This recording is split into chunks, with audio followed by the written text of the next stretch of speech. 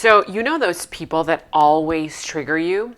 Some of them mean it, others do not. But they tend to do these things, say these things that sometimes, well, they trigger you. For example, you're communicating with someone, you text someone, and then it takes them a little bit longer to text you back. And so you automatically get triggered and you start thinking that this person is going to abandon you and leave you and never talk to you again.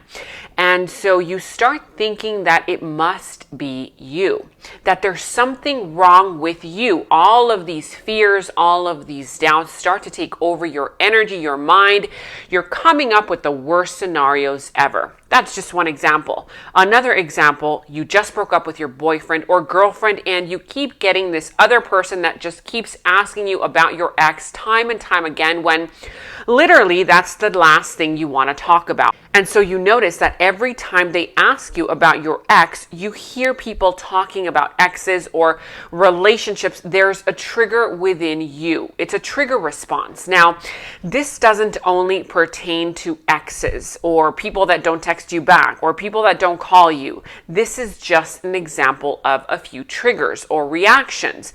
Because whether it's someone asking you about something or someone or them just mentioning something or telling you a story that gets you triggered, it's ultimately a trigger within you that has gone unhealed. And what is a trigger, you ask? Well, it's a reaction that you have based on a stimulus such as a smell, sight, or sound that triggers a feeling or an emotion of trauma that you have experienced somewhere, sometime in the past. And now when you come across it, it's as if you subconsciously reenact that same scenario all over again. Some people are aware of it, but most are not. Now, the question is it them, meaning the person bringing that undesired stimulus to you? Is it the energy they bring? Is it what they say that triggers you? Or is it you?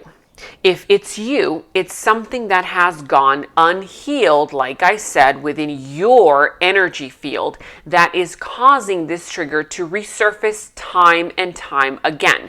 So you can finally clean it, clear it, and transmute it. So when you heal it, the next time you encounter this person or any other and they mention the same thing or the same topic or they ask you some kind of a question or simply they don't answer your text message as soon as you want them to answer it, you no longer get triggered. Or even better, you won't attract that person asking that question or bringing that subject up again. That's the power that you hold. That's the power that you have over your own energy and by default over the energy of others in relation to yours. Keyword, in relation to your own. So, how do you heal these emotional triggers, these emotional wounds that cause you to react to certain situations, things, or people? Well, first you should remember triggers can also show up in different other forms, such as your own doubts, your own fears, or of course, people.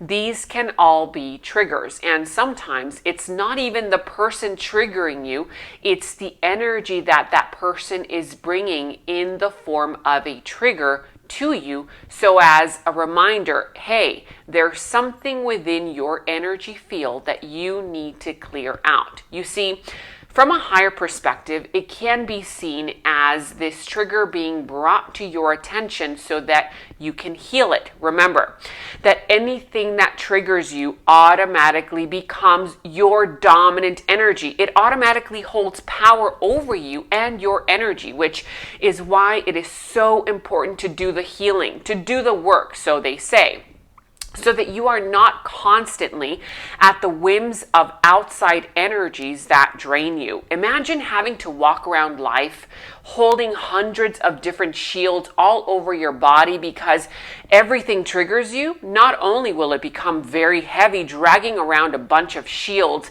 as cover-ups for each trigger that you have, but Just imagine how draining it can be. It's a reminder that to you, there are better ways to live. But of course, as with everything, it's a choice that you have to make.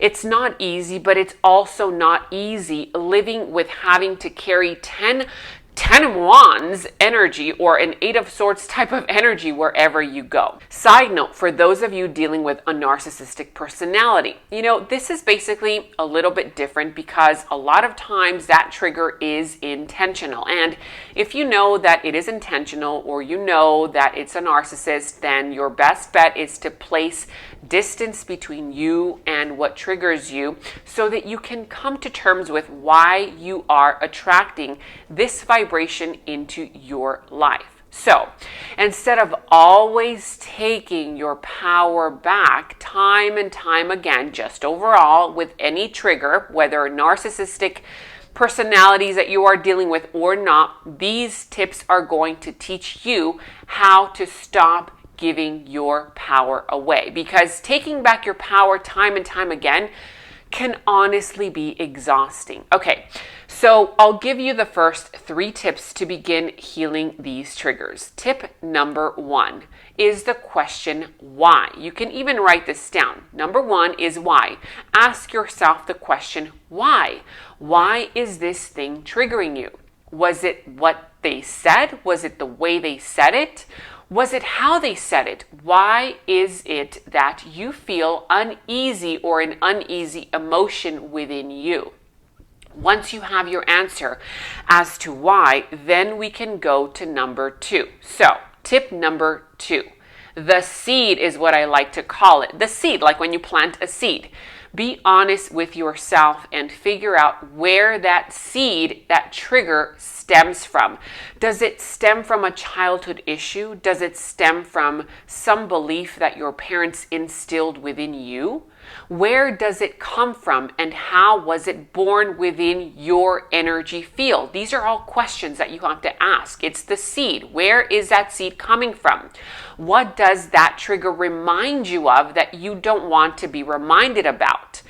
Was it your reaction different before than it is now? Basically, tip number 2 is to analyze yourself, because typically you automatically want to analyze the other person bringing that trigger or the source of that trigger, not realizing that the source of the trigger lies within you. Because think about it, if you did not have that trigger, you would not have that button that other people could push, whether they are aware of it, that it's a button or not. It just wouldn't be there. The reaction would be basically neutral. Okay, so now tip number 3. Let's go on to number 3, which is my favorite. I call it abracadabra, is tip number 3 and the most important tip of all 3. This is the power of the phrase abracadabra, you guys.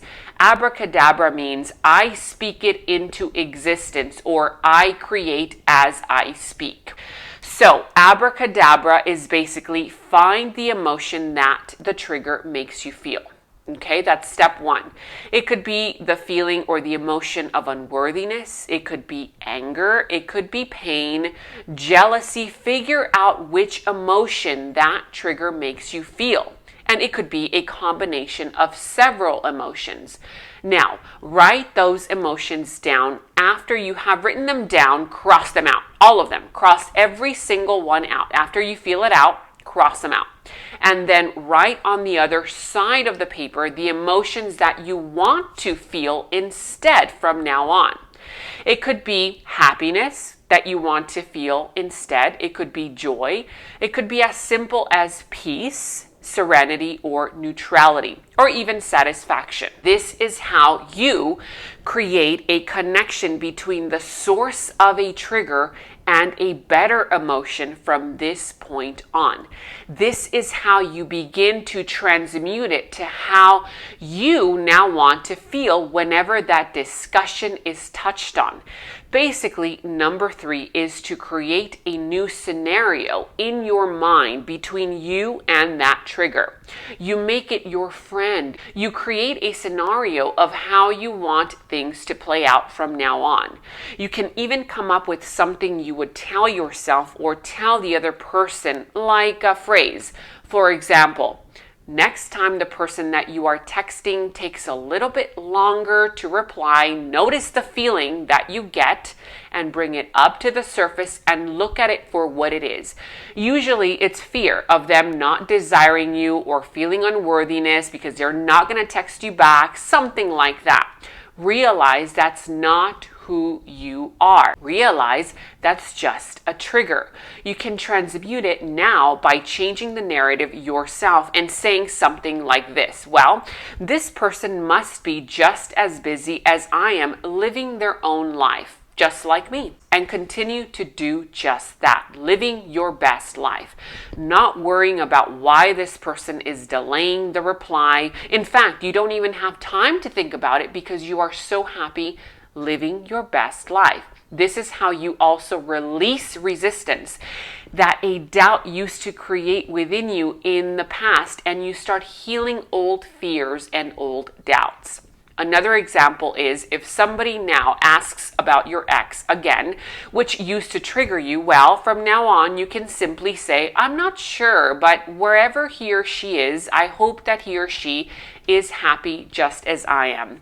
This is the power of the phrase abracadabra, you guys. Abracadabra means I speak it into existence, or I create as I speak.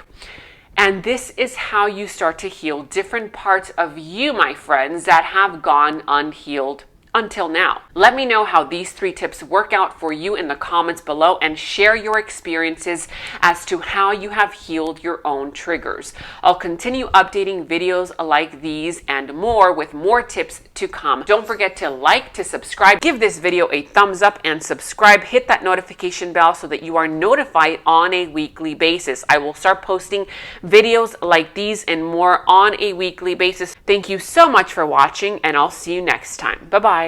And go ahead and check out my new shop at 𝐦𝐨𝐫𝐞 and click on shop, whether you want to attract more abundance, more love, more manifestations. And I also have some anti-stress relief items for inspiration, for creativity, or anything that is for your specific zodiac sign. So go ahead and check out 𝐦𝐨𝐵𝐿.com and click on shop. I have a lot of unique pieces that I'm sure you will love.